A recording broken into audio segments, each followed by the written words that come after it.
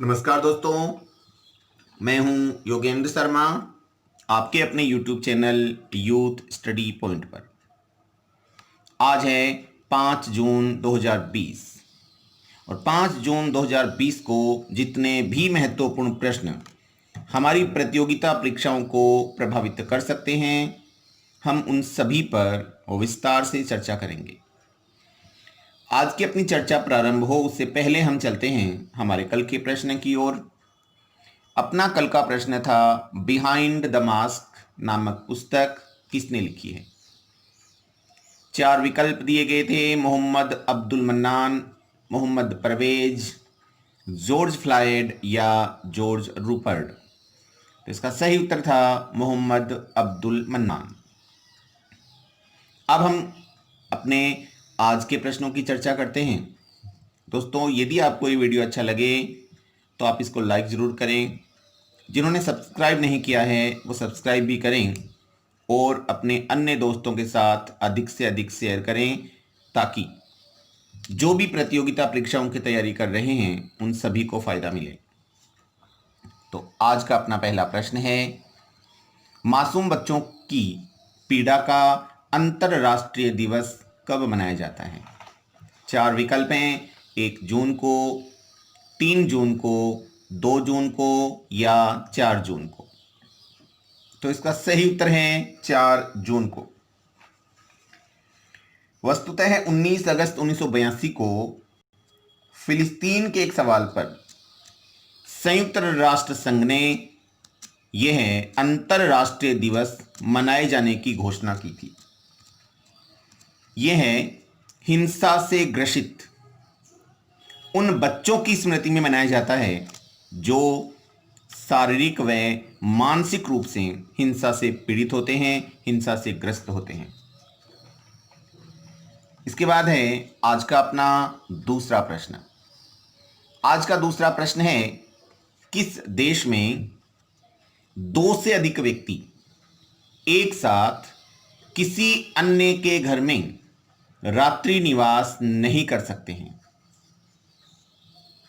4 विकल्प हैं, Pakistan, England, Japan और कनाडा। इसका सही उत्तर है इंग्लैंड। हाल ही में इंग्लैंड सरकार ने कोविड-19 को देखते हुए, उसके प्रभाव को देखते हुए एक प्रतिबंध लगाया है कि 2 या 2 से अधिक व्यक्ति किसी अन्य के घर में रात्रि नहीं गुजार सकते हैं। यह सोशल मीडिया पर इस समय एक मजाक का विषय बना हुआ है और इंग्लैंड में इसे काफ़ी ट्रोल किया जा रहा है। इसके बाद है आज का अपना तीसरा प्रश्न। तीसरा प्रश्न है, अंतरराष्ट्रीय अनुसंधानकर्ताओं द्वारा पृथ्वी जैसे किस ग्रह की हाल ही में खोज की गई है। 4 विकल्प हैं, प्रोक्सिमा बी, जेकेतिमा बी, बेस्ट बी या प्रोक्सिमा डी। इसका सही उत्तर है प्रोक्सिमा बी। प्रोक्सिमा बी नामक एक ग्रह प्रोक्सिमा सेंटोरी की परिक्रमा कर रहा है और ये पृथ्वी जैसा ही दिखने वाला एक विशेष ग्रह है, जिसकी खोज यानी अंतरराष्ट्रीय अनुसंधानकर्ताओं द्वारा की गई है। इसके बाद है आज का अपना चौथा प्रश्न। एशिया की पहली महिला जो बिना हाथों के कार चला सकती है, यानी इसके हाथ नहीं हैं लेकिन फिर भी वह कार चला सकती है और कार चलाने का लाइसेंस हाल ही में उसे प्रदान किया गया है। आपको बताना है उसका नाम क्या है। 4 विकल्प हैं, जिलोमोल मैरियट थॉमस, अरुंधति पेरियार, थिन मिन सांजी या अनीता निर्वाण। इसका सही उत्तर है 1 नंबर विकल्प, जिलोमोल मैरियर थॉमस।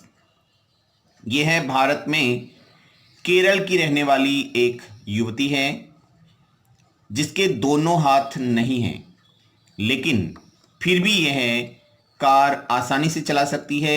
अपने दोनों पाँवों के द्वारा यह कार को ड्राइव करती है और इसके लिए इसे हाल ही में राज्य सरकार द्वारा लाइसेंस भी प्रदान किया गया है। इसके बाद है आज का अपना 5वां प्रश्न। वित्त वर्ष 2020-21 के लिए उदय कोटक को किस संगठन का प्रेसिडेंट चुना गया है? 4 विकल्प हैं। भारतीय उद्योग परिसंघ, भारतीय वित्त परिसंघ, भारतीय सुरक्षा परिसंघ या भारतीय आयोग परिसंघ। तो इसका सही उत्तर है नंबर 1, भारतीय उद्योग परिसंघ। भारतीय उद्योग परिसंघ की स्थापना 1992 ईस्वी में हुई थी। उसी के प्रेसिडेंट चुने गए हैं उदय कोटक। उदय कोटक वर्तमान समय में महिंद्रा बैंक के सीईओ थे और कोविड-19 के इस प्रभाव को देखते हुए इन्होंने पूरे वर्ष केवल 1 रुपये सैलरी के तौर पर लेने की घोषणा की थी। उन्हीं उदय कोटक को भारतीय उद्योग परिसंघ का प्रेसिडेंट चुना गया है। उसके बाद है नंबर 6 यानी 6ठा प्रश्न। इस वर्ष किस कंपनी की गाड़ी सर्वाधिक बिकने वाली गाड़ी बनी है? यानी सबसे ज्यादा सेलिंग किस गाड़ी की हुई है और किस कंपनी की वह गाड़ी थी, उसकी अपन चर्चा करेंगे। 4 विकल्प हैं। Tata Motors, Hyundai, Maruti Suzuki या महिंद्रा। तो इसका सही उत्तर है वो है हुंडई। हुंडई की गाड़ी है जो मारुति सुजुकी को पछाड़कर इस वर्ष सबसे ज्यादा बिकने वाली कार बनी है। गाड़ी का नाम है क्रेटा। क्रेटा गाड़ी सबसे ज्यादा बिकने वाली गाड़ी बन चुकी है। पहली बार ऐसा हुआ है कि मारुति सुजुकी की कोई गाड़ी सबसे ज्यादा बिकने वाली गाड़ी नहीं बनी है। यदि अपन हुंडई की बात करें तो यह दक्षिणी कोरिया की एक कंपनी है जिसकी स्थापना 1967 ईस्वी में हुई थी। इसके संस्थापक थे चुंग जू युंग और इसके वर्तमान सीईओ हैं चुंग मोंग कू। उसके बाद है आज का अपना 7वां प्रश्न। 7वां प्रश्न है, एक रिपोर्ट के अनुसार किस कंपनी के प्रेसिडेंट व सीनियर वाइस प्रेसिडेंट स्तर के 74 कर्मचारी करोड़पति की लिस्ट में शामिल हुए हैं? यानी कि उसी कंपनी के 74 अधिकारी कर्मचारी करोड़पति की लिस्ट में शामिल किए गए हैं। ऑप्शंस हैं इन्फोसिस, टाटा मोटर्स, रिलायंस या बजाज। तो इसका सही उत्तर है इन्फोसिस। इन्फोसिस कंपनी के गत वर्ष जहां 64 लोग करोड़पति की लिस्ट में शामिल हुए थे, इस वर्ष 74 इस लिस्ट में शामिल किए गए हैं। यह रिपोर्ट टाइम्स ऑफ इंडिया की एक रिपोर्ट है। इन्फोसिस भारत की दूसरी सबसे बड़ी आईटी कंपनी है जिसकी स्थापना 1981 में बेंगलोर में की गई थी और इसके वर्तमान सीईओ हैं सलील पारिक। इसके बाद है आज का अपना 8वां प्रश्न। 8वां प्रश्न है, कोलकाता पोर्ट ट्रस्ट का नाम बदलकर क्या रखा गया है? 4 विकल्प हैं। श्यामा प्रसाद मुखर्जी बंदरगाह, अटल बिहारी वाजपेयी बंदरगाह, महात्मा गांधी बंदरगाह या इंदिरा गांधी बंदरगाह। तो इसका सही उत्तर है नंबर 1, श्यामा प्रसाद मुखर्जी बंदरगाह। वस्तुतः कोलकाता बंदरगाह पोर्ट पहला भारत का प्रमुख बंदरगाह है, सबसे पहला बंदरगाह जिसको बने हुए 150 वर्ष हो चुके हैं, 150 वर्ष अपने इसने पूरे किए हैं। यह है एक ऐसा बंदरगाह है भारत का, या एकमात्र बंदरगाह अपन कह सकते हैं जो नदी के किनारे स्थित है, यानी समुद्र के किनारे स्थित न होकर यह नदी के किनारे स्थित एक बंदरगाह है जो कि पश्चिमी बंगाल में यानी कोलकाता में है। यदि पश्चिमी बंगाल की बात करें तो राजधानी कोलकाता है ही। मुख्यमंत्री हैं ममता बनर्जी और राज्यपाल हैं जगदीप धनखड़, जिनका संबंध राजस्थान से है और राजस्थान से भी और आगे बात करें तो झुंझुनू जिले से है। इसके बाद है अपना नवा प्रश्न, किस राज्य में सैलून व ब्यूटी पार्लरों में आधार कार्ड को अनिवार्य किया गया है? यानी कोई भी व्यक्ति यदि सैलून में जाता है या ब्यूटी पार्लर में जाता है यानी जाती है तो आधार कार्ड के बिना वहां कार्य संपन्न नहीं करवाया जा सकता। विकल्प हैं तमिलनाडु, मिजोरम, उत्तर प्रदेश और दिल्ली। तो इसका सही उत्तर है तमिलनाडु। तमिलनाडु में सैलून और ब्यूटी पार्लरों में आधार कार्ड अनिवार्य किया गया है। यदि अपन बात करें तमिलनाडु की तो राजधानी है चेन्नई, मुख्यमंत्री हैं पलानीस्वामी और राज्यपाल हैं बनवारी लाल पुरोहित।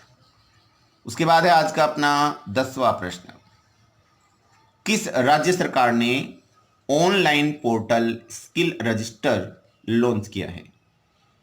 विकल्प हैं तमिलनाडु, मिजोरम, उत्तर प्रदेश और हिमाचल प्रदेश। तो इसका सही उत्तर है हिमाचल प्रदेश। अब अपन बात करेंगे स्किल रजिस्टर पोर्टल क्या है। तो जो प्रवासी हिमाचल प्रदेश में आए हैं यानी जो अन्य राज्यों में काम कर रहे थे और कोविड-19 के कारण जो पुनः हिमाचल प्रदेश में आ गए हैं, उन वापस आए कर्मचारियों की स्किल्स को नोट करने के लिए कि वो कौन सा कार्य करने में सक्षम हैं, उन स्किल्स को नोट करने के लिए और उन्हीं स्किल्स के आधार पर उन्हें रोजगार उपलब्ध कराने के लिए online portal skill register launch किया गया है। आपको ध्यान होगा इससे पहले हिमाचल प्रदेश ने ही मुख्यमंत्री शहरी रोजगार गारंटी योजना प्रारंभ की थी। यदि अपन हिमाचल प्रदेश की बात करें तो राजधानी है शिमला, मुख्यमंत्री हैं जयराम ठाकुर और राज्यपाल हैं बंडारू दत्तात्रेय। उसके बाद है तो अपना अगला प्रश्न है, विफ्टा के नए अध्यक्ष कौन चुने गए हैं? 4 विकल्प हैं कृष्णेंदु मजूमदार, उदय कोटक, अब्दुल मन्नान या राजेंद्र पारिक। तो इसका सही उत्तर है कृष्णेंदु मजूमदार। कृष्णेंदु मजूमदार पहले अश्वेत अध्यक्ष हैं, यानी बेप्टा के पहले अश्वेत अध्यक्ष की बात की जाए तो वो कृष्णेंदु मजूमदार हैं। अब बेप्टा क्या है? तो बेप्टा की फुल फॉर्म है British Academy of Film and Television Art. BAFTA की फुल फॉर्म है British Academy of Film and Television Art. इसके बाद है 12वां प्रश्न। 12वां प्रश्न है 1 year of Modi 2.0 towards a self reliant India e book का विमोचन किसके द्वारा किया गया है या किस मंत्रालय के द्वारा किया गया है? तो इसके 4 विकल्प हैं सूचना मंत्रालय के द्वारा, गृह मंत्रालय के द्वारा, वित्त मंत्रालय के द्वारा या कृषि मंत्रालय के द्वारा। तो इसका सही उत्तर है वो है सूचना मंत्रालय के द्वारा। हमारे वर्तमान सूचना मंत्री प्रकाश जावड़ेकर के द्वारा इस बुकलेट का विमोचन किया गया है। इस बुकलेट में नरेंद्र मोदी के दूसरे कार्यकाल के पहले वर्ष में कौन कौन से विशेष कार्य किए गए हैं का वर्णन किया गया है। इसके बाद है आज का अपना 13वां प्रश्न। किस कंपनी द्वारा स्पिता दास गुप्ता को इंडिया का कंट्री मैनेजर नियुक्त किया गया है? 4 विकल्प हैं एप्पल, ट्विटर, गूगल और फेसबुक। तो इसका सही उत्तर है एप्पल। एप्पल के द्वारा स्पिता दास गुप्ता को इंडिया का कंट्री मैनेजर नियुक्त किया गया है। एप्पल के वर्तमान सीईओ हैं टिम कुक।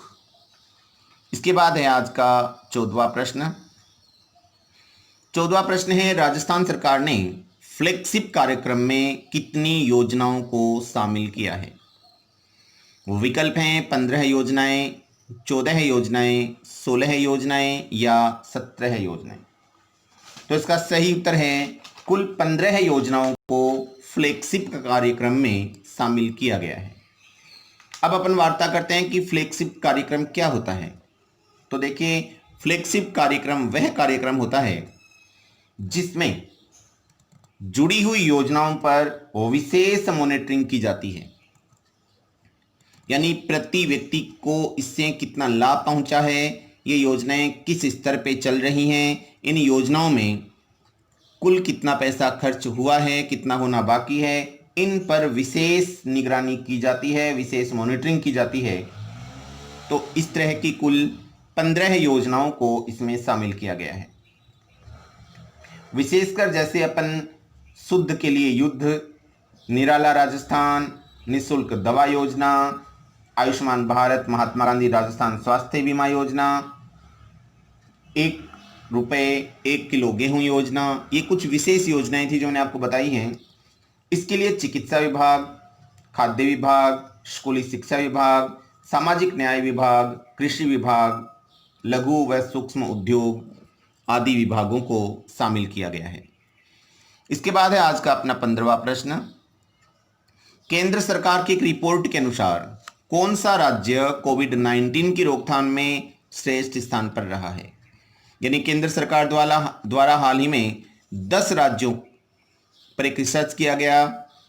उन 10 राज्यों में राजस्थान सबसे ज़्यादा श्रेष्ठ स्थान पर रहने वाला राज्य है, क्योंकि उन्होंने जितनी कुछ विशेषताएं इसके लिए बनाई थी उन सभी में अव्वल स्थान राजस्थान का रहा।